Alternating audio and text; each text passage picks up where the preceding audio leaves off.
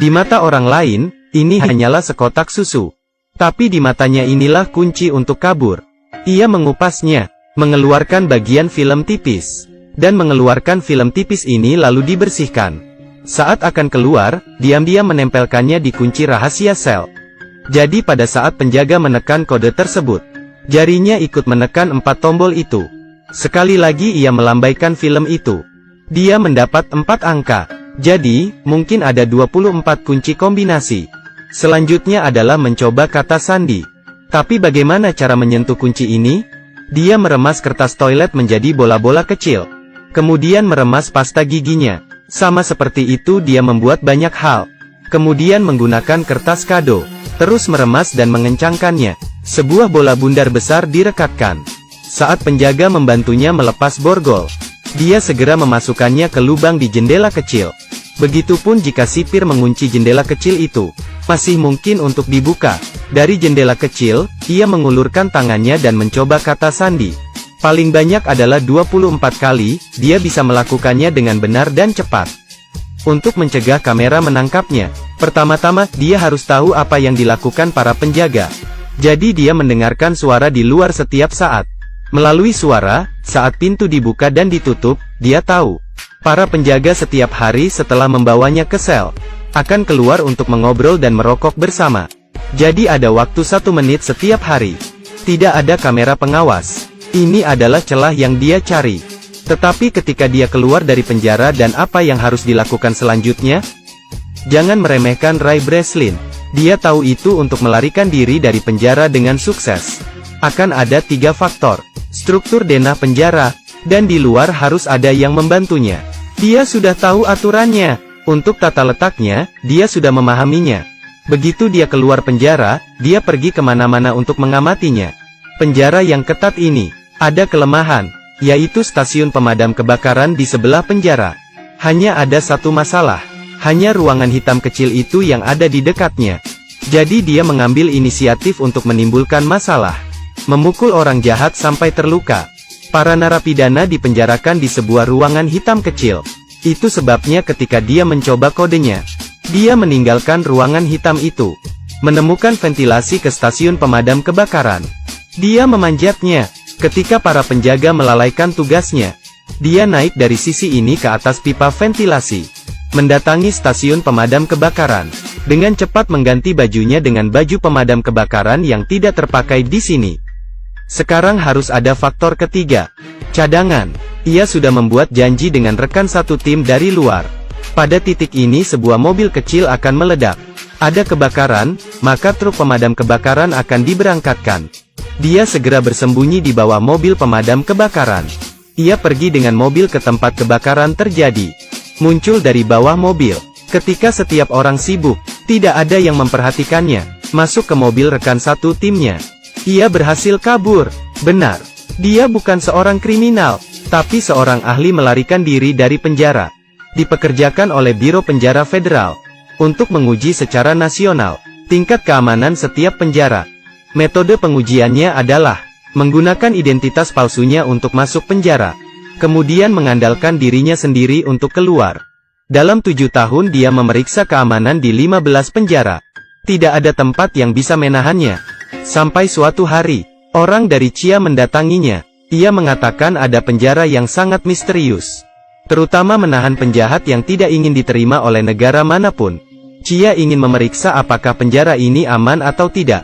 Tetapi mereka tidak tahu di mana penjara ini. Ini adalah misi yang berbahaya. Ray Breslin setuju dengan mereka. Segera tanggal penangkapan tiba. Sebelum berangkat, takut terjadi sesuatu, bawahan juga memberi alat pelacak GPS di lengannya. Baru saja melangkah keluar, Ray Breslin segera ditangkap.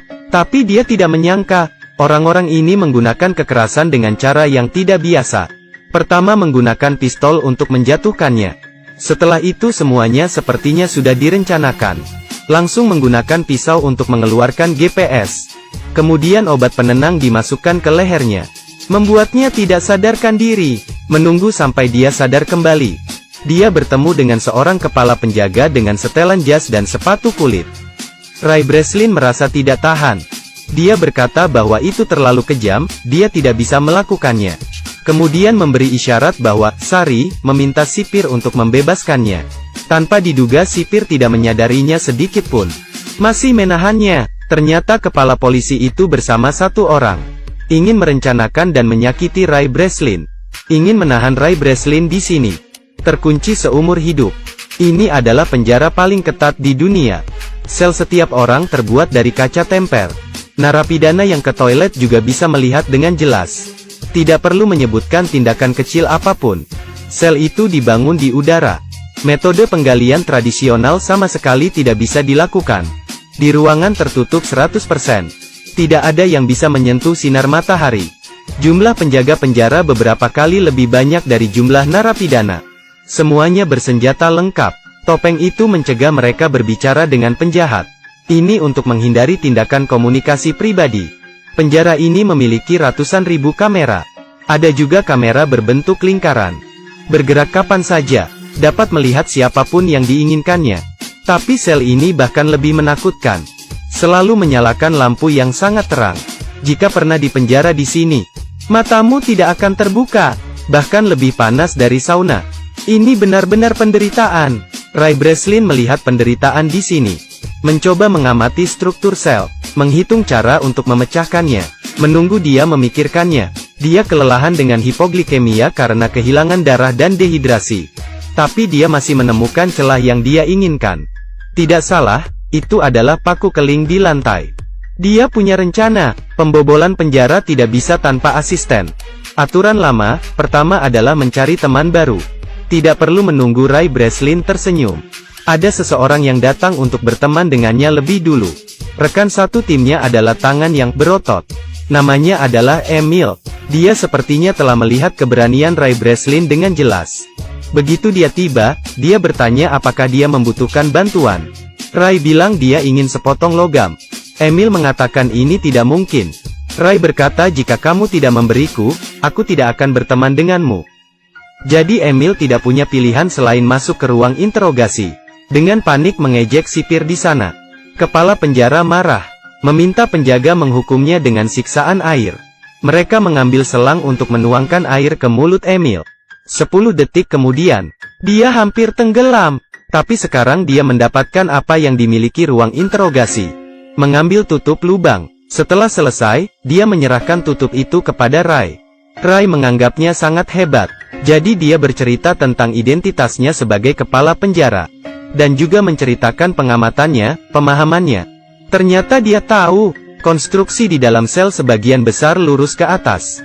Bisa dikatakan, sangat mungkin ada tanah. Selanjutnya, suara air terdengar di bawah sel. Dia berspekulasi bahwa ada pipa air di sana. Ini pastinya adalah jalan keluar. Kemudian mereka harus kembali ke sel. Setelah perencanaan, segera mulailah ia mengambil tindakan. Emil bertanggung jawab untuk memulai perang. Ray mencengkeram sepotong roti di tangannya. Dengan sangat cepat petugas datang. Mereka semua dibawa ke sel dengan cahaya terang. Baru saja masuk, Ray segera membuka tutup yang diberikan Emil padanya. Pantulan cahaya yang kuat, bersinar di paku keling. Tunggu sebentar, mengapa hal ini sangat bercahaya? Ternyata dia pernah memolesnya dengan pasta gigi sebelumnya. 10 detik kemudian, 100 derajat Celcius menyebabkan tiang mengembang sebesar 0,03 cm3. Segera muncul, Ray dengan cepat menariknya keluar. Kemudian melakukan hal yang sama dengan 3 kancing lainnya. Selesai. Dia memasukkan roti ke dalam mulutnya. Pada saat yang sama mengisyaratkan perhatian Emil. Emil mulai berteriak. Seperti yang diharapkan, kepala penjara segera menoleh padanya. Ray segera berdiri, menempelkan roti kunyah ke kamera. Memblokir pandangan. Lalu dia membuka lantai itu. Turun ke bawah. Dia turun ke ruang di bawahnya. Kemudian memanjat pipa air. Menunggu dia naik ke puncak. Membuka penutupnya. Keluar. Dia sangat terkejut dan tercengang. Ini tidak di bawah tanah seperti yang dia duga. Tapi itu adalah samudera yang tak terbatas. Dia berada di dek kapal tanker raksasa. Selain itu, ada penjaga di mana-mana. Kabur ke laut? Tidak mungkin kabur. Dia hanya bisa kembali. Padahal mereka sudah tahu lokasinya. Tapi dia pada dasarnya tidak bisa memikirkan cara untuk melarikan diri. Terkurung di tengah laut. Sangat sulit untuk terbang. Ini adalah sebuah pikiran yang dangkal. Kepala penjara menemukan paku keling. Menemukan upaya melarikan diri oleh Ray Breslin. Memulai penyiksaan untuk mengasingkannya. Dia baru saja pergi tidur. Para penjaga segera mengetuk jendela dan mencegahnya tidur. Menunggu sampai dia sangat lelah sampai dia pingsan. Para penjaga datang untuk memukulinya lagi. Memukulnya sampai dia sadar kembali. Alhasil, setiap hari Ray Breslin selalu dalam keadaan koma. Setelah sedikit nafas, dia pingsan. Tidak lama setelah itu, ia perlu pergi ke dokter. Setelah pemeriksaan, dokter mendecakkan lidahnya. Tapi meski begitu, Ray Breslin masih tidak mudah dikalahkan. Menunggu sampai mereka berhenti menyiksa, dia terus memikirkan cara. Setiap hari dia makan nasi. Di atas meja makan, dia selalu diam-diam menciptakan alat untuk melarikan diri dari penjara. 2 lensa kaca, pulpen, selembar kertas karton keras, dicolokkan kembali ke tabung kaca. Benda-benda yang baru dibuat ini disebut kaca heksagonal, khusus digunakan untuk pengukuran arah. Kemudian mereka membawa seorang rekan baru. Dia berpura-pura berurusan dengan kepala sipir. Sebagai imbalan untuk naik ke dek. Tiba di atas dek, segera gunakan kaca heksagonal Ray untuk menentukan arah. Ketika Ray Breslin mendapatkan nomornya, ia langsung melihat bahwa kapal itu berada di daerah yang tidak berangin. Dia mengamati bahwa tutup saluran berlawanan arah jarum jam. Jadi mereka ada di belahan bumi utara. Berdasarkan penilaian iklim sedang yang lembab, kemungkinan besar ini adalah pantai Maroko di Afrika. Langkah selanjutnya adalah menemukan seseorang untuk membantunya menyebarkan berita. Ray langsung teringat pada dokter yang wajahnya selalu menunjukkan ekspresi tidak senang.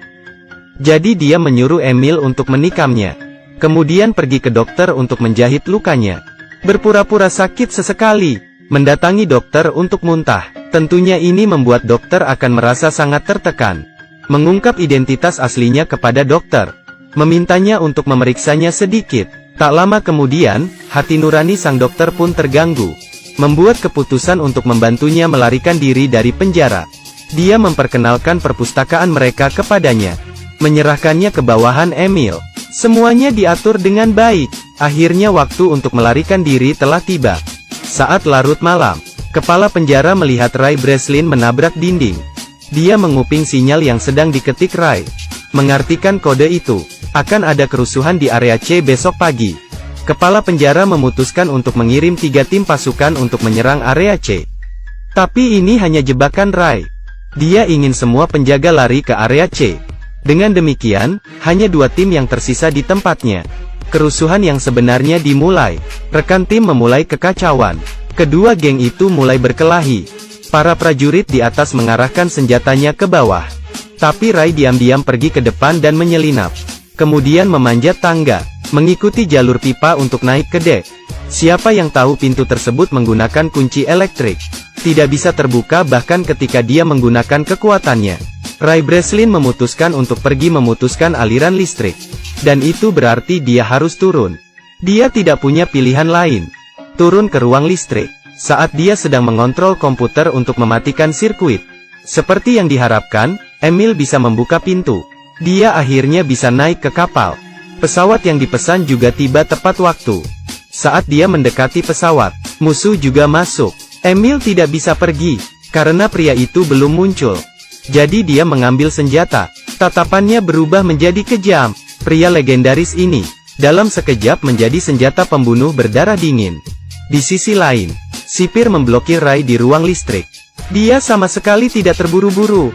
Karena Ray Breslin seperti ikan di jaring. Tapi yang aneh adalah, dia tidak bisa menemukan Ray dimanapun. Saat ini, bawahan telah memulihkan arus listrik. Dia tiba-tiba mendengar, tangki air mulai menyiram air secara otomatis. Senyumnya berangsur-angsur memudar. Dia lupa langkah penting ini. Ray Breslin memang ada di tangki air. Tangki air baru saja dibilas. Dia segera hanyut ke dasar laut. Ray muncul ke permukaan. Emil melihatnya di saat yang tepat. Turun dan menjemput dia. Sipir juga telah mencapai dek. Ray Breslin ditemukan berdiri di atas tangga. Langsung mengarahkan pistol ke arahnya. Hidup mati dalam sekejap. Melihat Emil melempar pistol, Ray Breslin menggenggam erat. Dengan segera menembak. Tangki minyak di bawahnya. Kepala penjara menunduk dan melihat. Kata kurang ajar belum diucapkan. Secara bertahap lenyap di lautan api. Beberapa waktu kemudian, mereka pergi ke pantai di Afrika. Seseorang datang menemui Emil. Gadis ini adalah orang yang sama, yang menyuruh Rai sebelumnya. Ternyata dia adalah putri Emil. Alasan mengeluarkan uang untuk mengundangnya datang. Karena dia ingin membantu ayahnya melarikan diri dari penjara. Itu sebabnya ketika dia baru saja masuk sel, Emil mendatanginya untuk bekerja sama. Semua sudah direncanakan. Rai Breslin tersenyum lembut seolah tidak ada apa-apa. Hal yang sangat menyebalkan yang benar-benar ingin dia temukan adalah pria yang bekerja sama merencanakannya hal jahat ini. Beberapa hari kemudian, orang yang jahat ini bangun, menemukan dirinya terkunci dalam sebuah wadah. Dan kontainer ini duduk di atas kapal kargo raksasa, menunggu kapal berlabuh. Dia pasti sangat terkejut. Akhirnya Rai Breslin berhasil kabur. Setelah menonton legenda kabur dari penjara bersama bintang berotot, akhirnya saya merasa tidak bisa berbicara banyak. Memang, pengetahuan adalah kekuatan.